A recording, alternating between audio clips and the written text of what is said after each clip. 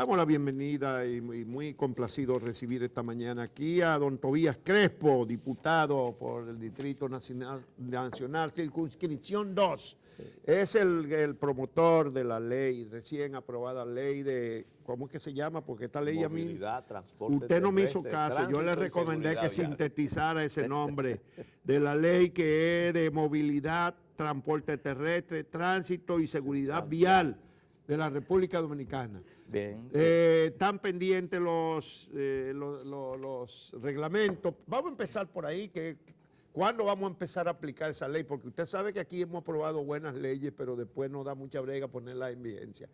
Algunas se han tomado 8 y 10 años. Por ejemplo, el Defensor del Pueblo pasaron 12 años, creo que fue, para elegirla, la Defensoría del Pueblo. Pero bueno, esta, que era mucho más simple, ejecutar aquella que esta, pero bueno, esta es una ley compleja. ¿Para cuándo espera usted que estén en vigencia esos reglamentos y se ponga en vigencia por completo esa ley? Sí, buenos días Juan Bolívar, buenos días Rafael, buenos días también a los televidentes de este espacio. Como muy bien usted dice, la ley 6317, que es el nombre que fue publicado, el número en la Gaceta Oficial, el día 22 de febrero del año pasado, pues ya es una ley que va a regir todo el sector. Es verdad que usted nos dijo que había... El nombre era muy largo, pero transporte, realmente con vial, transporte y seguridad vial pudiera reducirse, pero realmente bueno, es un código del sector, por eso la amplitud del nombre. En ese sentido, a partir de ahora el Estado tiene una herramienta jurídica, un marco jurídico con el cual desarrollar el sector de la movilidad urbana, sobre todo que es muy consustancial con la municipalidad, con los alcaldes. El tema del transporte terrestre, que no había ley, esta es la primera ley de transporte terrestre, no había ley de seguridad vial y un ajuste y una modernización a la que fue la ley 241.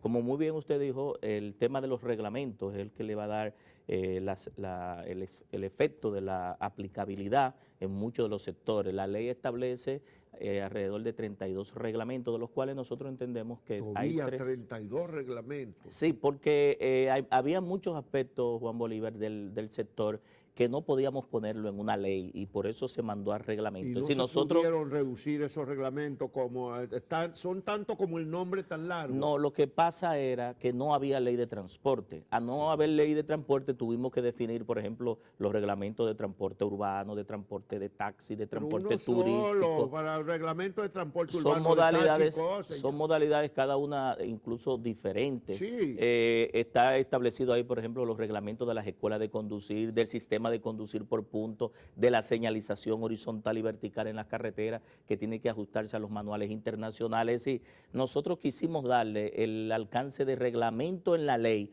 para que no quedara como un simple norma que tuviera alcance de ley cuando fuera a la justicia. En ese sentido también no había una ley de seguridad vial, es decir, que nosotros habíamos tenido 30 años con una falencia de un marco jurídico. Nada más la ley 241 no era una simple ley de tránsito, es decir, los documentos oficiales que se necesitaban para la conducción, normas de conducir y sanciones a esas normas de conducir. Es decir, 50 años sin una ley, todo lo que se acumuló durante mucho tiempo y que fue dado por decreto en muchos casos, por normativa, se unificó. Por eso es que la ley deroga no solamente la ley 241, sino toda una serie de leyes que del 1929 hasta la fecha y decretos y resoluciones pues habían sido dictadas. Tobías, en lo institucional, el aporte que representa esta ley en cuanto a organismos que desaparecen y organismos que se crean y competencias. Bueno, ese es el principal aporte. La ley aporta una reforma institucional donde ya no existen, a partir de 10 días después de la promulgación, lo que es hoy, lo que era la DGTTT, que yo dirigí durante 6 años y que estaba del año 66. La OTTTT, que fue creada por decreto en el 1987, el FONDET, el Fondo de Desarrollo del Transporte, que fue creado en el 2007 por un decreto, el CAR, el Consejo de Administración y Regulación de Taxis, que fue creado en el año 2000 por una ley, que esa es la única que fuera de la ley 241 de tránsito era por ley. Y también... La UPREP. No, la UPREP voy a explicar ahora. También elimina la caja de jubilación y pensiones de los choferes, que ha sido una entelequia desde el año 70, para tomar un ejemplo. La Caja de Jubilación y Pensión de Choferes solamente tiene pensionado 1.623 choferes. Hay 67.800 en espera de ser pensionados y Espérate un momentito, 38.700. no me suelta esa cifra así.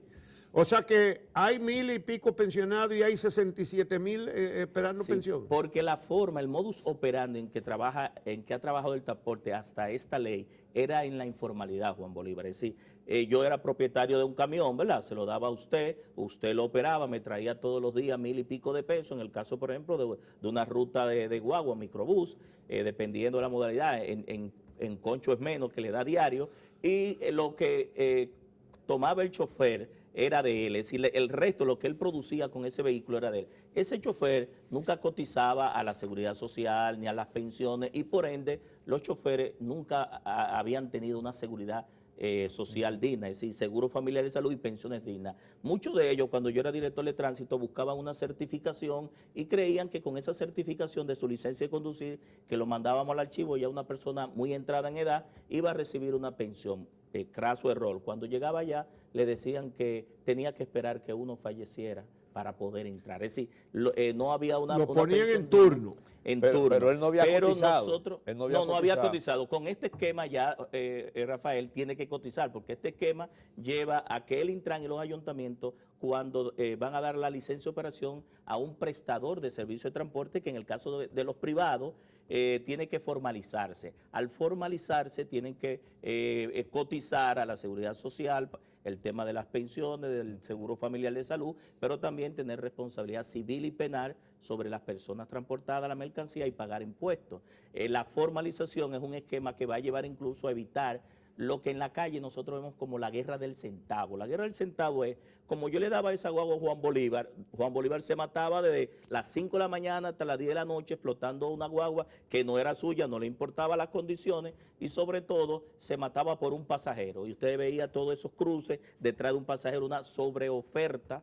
de vehículos por encima de lo que estaba en la demanda, y entonces usted veía, por ejemplo, o ve lo que pasa en la Churchill, que tiene 40 vehículos, la José Contreras, hasta la lotería en fila esperando un solo pasajero, contaminando. Y aquí en la Churchill, a la entrada saliendo de la Kennedy hacia el sur. Que es una ruta alimentadora del metro, aunque no estaba definida así. Entonces, retomando la pregunta suya sobre la OPRE y la ONSA. Ajá. La OPRE y la ONSA se mantienen, pero la ley establece que se convierten en prestadoras de servicio público oficial, porque eso es lo que es la OPRE y la ONSA. Fuera de la construcción de las líneas de metro, la ONSA tiene una empresa que opera en lo que se llama el metro de Santo Domingo. Entonces, esa parte... ¿La ONSA o no? La OPRE. La ONSA opera los servicios de autobús. Entonces, la ley establece que tanto la ONSA como la OPRE pasan a ser una empresa de prestadora de servicio pública o mixta, pública-privada, y que va a competir por los pasajeros de los demás prestadores que son privados. Sí. Eso le da el carácter de lo que verdaderamente son, no son oficinas.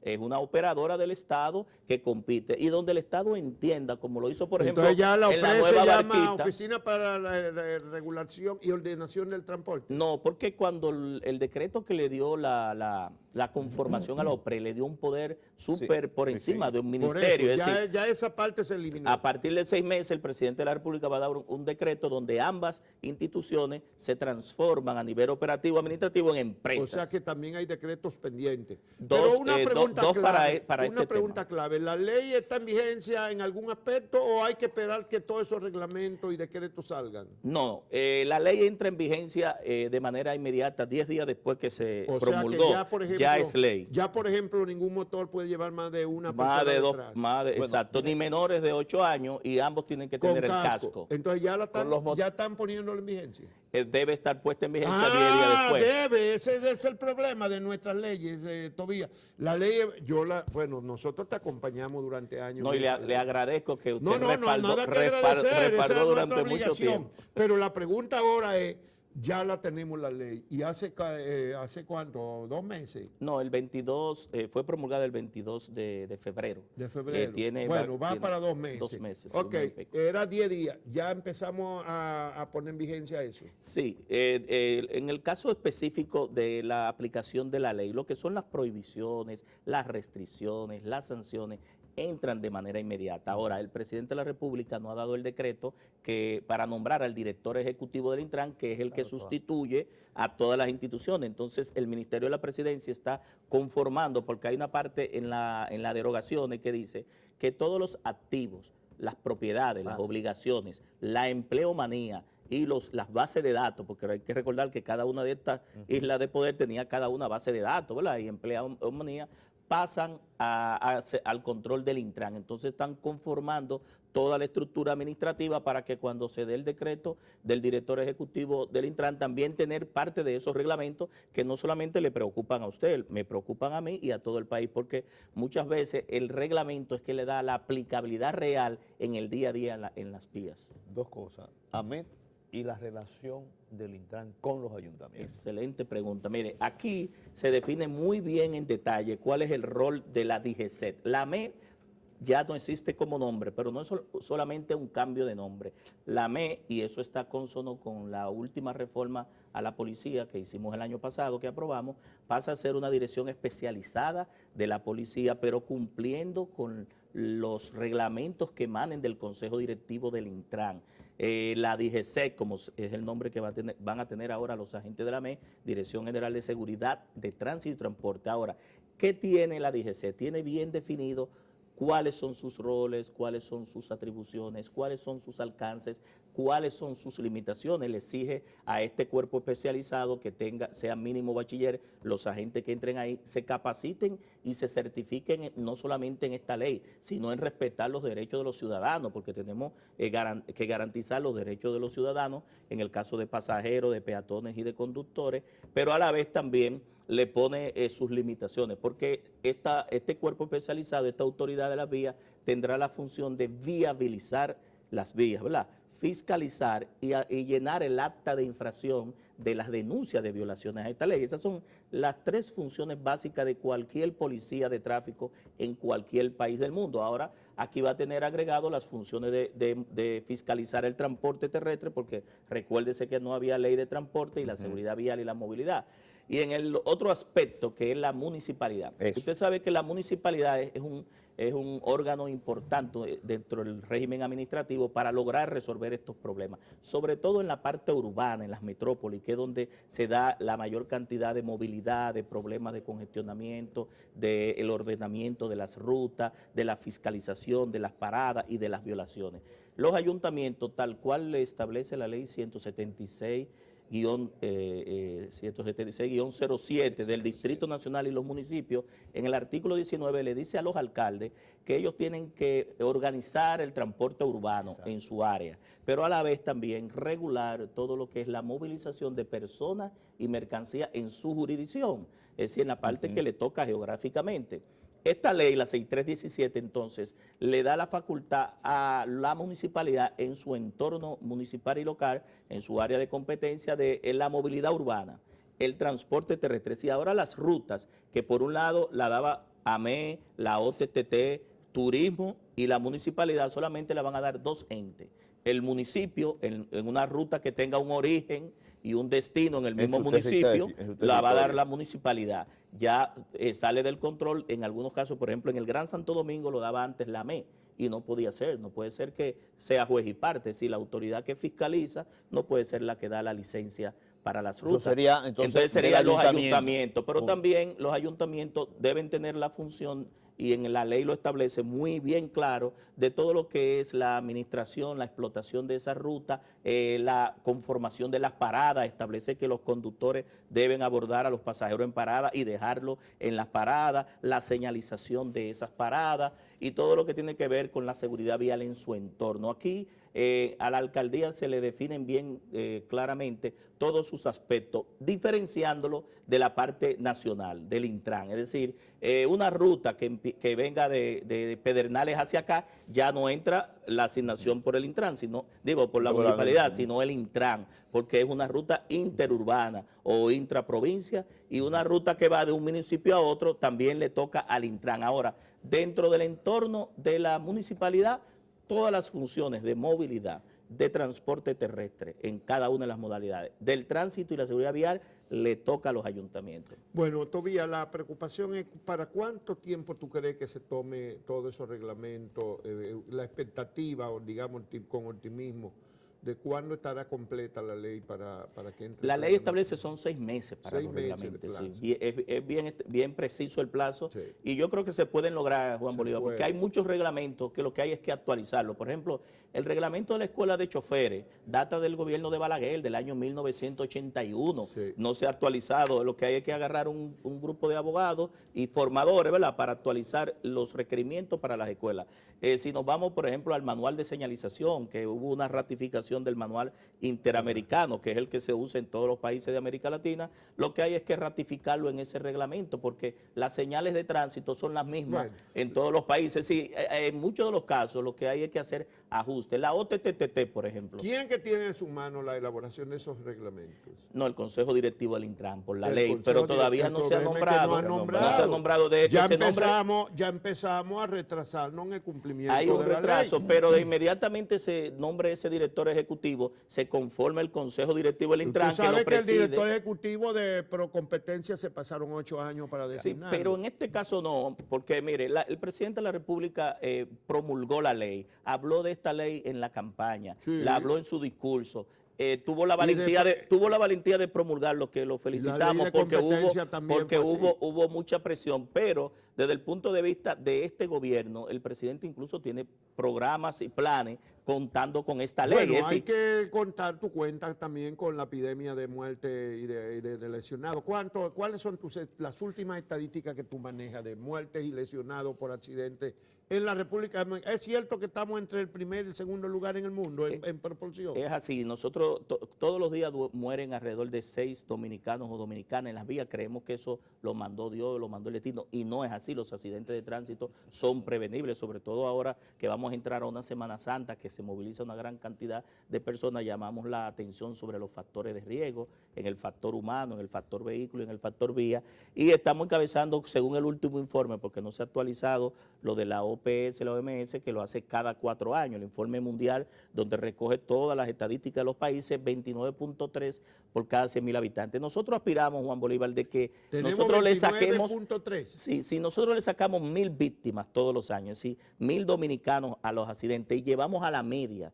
de América Latina. América Latina tiene una media de 16 fallecidos por cada 100.000 habitantes. Nosotros casi lo duplicamos. Y los países como Estados Unidos y Europa tienen en algunos 5, casos 8 4, y 6. algunos 4, por ejemplo, tienen 4. Lo que significa que en esta ley se establece el Observatorio Permanente de Seguridad Vial, un plan estratégico de seguridad vial, la investigación técnica de los accidentes de tránsito por la DGC para ir bajando los niveles de siniestralidad y sobre todo a atacar los factores de riesgo, que en el factor humano es el 90%. Somos nosotros, los peatones, los pasajeros, los conductores, que contribuimos en una mayor proporción. O sea, son Luego más de- está mínimamente el vehículo, las condiciones del vehículo y las condiciones de las vías. Fueron unos 2.200 muertos. 2.200 muertos. Eso es sin ajustar el 30% que establece la misma Organización Mundial de la Salud con respecto al subregistro. El subregistro es que la mayoría de las autoridades registran los que mueren in situ,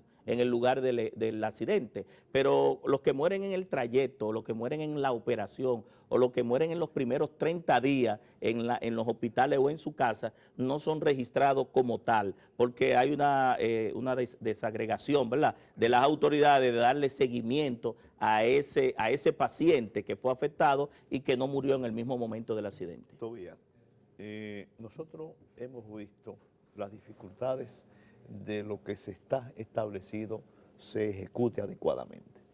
Pero también hemos tenido experiencia en el transporte de que en algún momento las cosas se hicieron como debieran ser hechas. ¿Qué se va a hacer para que haya ese espíritu de cuerpo, de que las cosas que están establecidas se apliquen? Se Que cumplen. el agente no mire para atrás cuando se dice no doble a la izquierda y él permite que se doble a la izquierda, porque no hacemos nada con buenas disposiciones no cumplidas. Mira, eso es correcto. No puede haber una buena ley sin un régimen de consecuencias, sin un marco que lleve al régimen sancionador. Y yo creo perdón, que, pero no- aunque hay una ley de función Pero no pública, solamente es consecuencia, Sí. es que la gente, el que tiene que velar porque las normas se observen, sea el primero en hacer que se observen. mira, aunque hay una ley de administración de función pública que establece las sanciones a los empleados y a los Esa es otra que funcionarios, todavía no y se a aplica. los funcionarios, esta ley sanciona a los funcionarios que incumplen los temas que están establecidos en esta ley. Es decir, hay una parte en la ley de un artículo que sanciona a aquellos empleados y funcionarios, no solamente del Intran, sino de la DGC y de las demás entidades que no cumplen con la ley. Es decir, para complementar de que el régimen sancionador, el cumplimiento de esta ley, tiene que cerrar la brecha, porque si no la ley se queda simplemente en papeles o en filosofía. Exacto. Bueno, hay muchos problemas que son graves. Los motores. Bueno. Ya tenemos 2 millones de motores, según la última estadística del Parque Los Vehicular de motores. la República Dominicana. Y de eso, ¿ustedes ya han establecido cuántos son motoconchos que viven del transporte de pasajeros? ¿Y qué proporción significa eso de la movilidad de pasajeros en el país? Sí, mira, se ha estimado alrededor de un 8.7 de motocicletas que son utilizadas para el transporte a nivel de, cuando tú agregas, coges los datos generales de lo que es los vehículos de concho, ¿verdad? Que son la mayor proporción. Es decir, todavía nosotros somos el único país que conserva el concho, los minibuses, los microbuses, los autobuses, Y entonces el mototaxi, como le dicen ellos, al motoconcho, que ya es un término más elegante, ¿verdad? Más distintivo. Sí. Y hay empresas que han venido incluso de fuera con plataformas tecnológicas para Uber está en mototaxi. eso. Entonces, Sí. en ese sentido, la incidencia de la motocicleta en los accidentes de tránsito es muy alta. Es decir, el 67% de los accidentes de tránsito está involucrado Un un motor. vehículo de 2 ruedas. Sobre todo, no solamente en el motoconcho, en el mototaxi, sino también hay que agregarle la mensajería, los delivery y la conducción particular. Aquí hay muchas provincias, muchos pueblos, muchos municipios donde las jóvenes en la tarde salen a divertirse en pasola, porque nosotros vemos la motocicleta, pero también la pasola es un vehículo que se utiliza sobre todo en adolescentes y jóvenes en muchas Y provincias. no es una motocicleta la Es pasola. una motocicleta, pero de un sí, nivel sí. de que se No, utiliza más para diversión, para diversión, y para no. compartir. En ese sentido, y salga alguna provincia para que usted Sí, sí. en la tarde No, yo vea sé, ese yo he fenómeno. visto. Entonces La yo Vega, entiendo Moca. que una ley que sea de seguridad vial tenía que regular obligatoriamente la motocicleta, porque como bien usted dijo, está Sí. ocupando el 52.7% ¿Y alguna vez vamos a lograr del parque ponerle vehicular. una placa para identificar los motores y así facilitar o dificultar la impunidad en los delitos? Claro que sí, la ley establece... ¿Cuándo es que vamos Esa a ley empezar? establece 2 placas, Juan Bolívar, no solamente para la motocicleta. Usted sabe que hubo una administración de impuestos internos que quitó por una ausencia que había de chapas la placa delantera, craso error, porque con la gran preocupación que hoy nosotros tenemos, que es la seguridad ciudadana, la seguridad vial es parte de la seguridad ciudadana. Entonces, al tú quitarle la placa delantera, cuando viene ese los vehículo, vehículos. ya tú no ves, sí, tanto la motocicleta como los vehículos, placa delantera y trasera, además de que la ley establece que se va a implementar la imposición de multas a través de cámaras. Si tú no Claro. puedes ver la parte frontal, no está la placa, generalmente el vehículo trasero le tapa, le oculta esa placa, entonces no hay forma de sancionar con el uso de cámaras. Entonces estamos volviendo con la ley a las 2 placas, la delantera y la trasera. Además de que cuando ocurre el En evento... todos los vehículos. En todos los vehículos. Sí. Cuando ocurre el evento, la incidencia, lo primero que usted ve es la placa delantera. Después que le dan el tablazo, usted difícilmente puede ver la placa, porque la persona, si es un sicariato, si es un atraco, lo que sea, usted no pudo ver la identificación. Entonces, se establece ese tema de la placa, pero no solamente esto para la motocicleta, el número de placa en el chaleco y en el casco, el chaleco retroreflectivo para la noche, solamente 2 personas en motocicleta, y eso no es nuevo, la ley 241 lo establecía, y menores de 8 años hacia abajo no pueden ser conducidos, porque lo establece incluso hasta Eso ya desde el hoy, código desde hoy. Ya. desde hace 10 días después de la Desde hoy, promulgación. ¿verdad? Tobías Crespo, muchísimas gracias por tu comparecencia aquí, sobre todo por el esfuerzo que realizaste, por impulsarlo. Y el Eres que un sigue haciendo, porque él está impulsor ahora de Ahmed, de Ahmed esta- de la ley. de esta Estoy ley del recorriendo, tráfico. de esta ley. recorriendo el país porque esta ley tiene muy alta expectativa en todo el pueblo dominicano. Es decir, todos los sectores nos están convocando para que nosotros socialicemos. Claro, y es sí. importante porque la aplicación de esta ley, aunque sea en 10, 15, 20 años, mi sueño es que logre una nueva cultura ciudadana. Así que muchísimas gracias Gracias. por tu Muchas gracias, comparecencia y Tony. por ese esfuerzo realizado. Gracias a ustedes.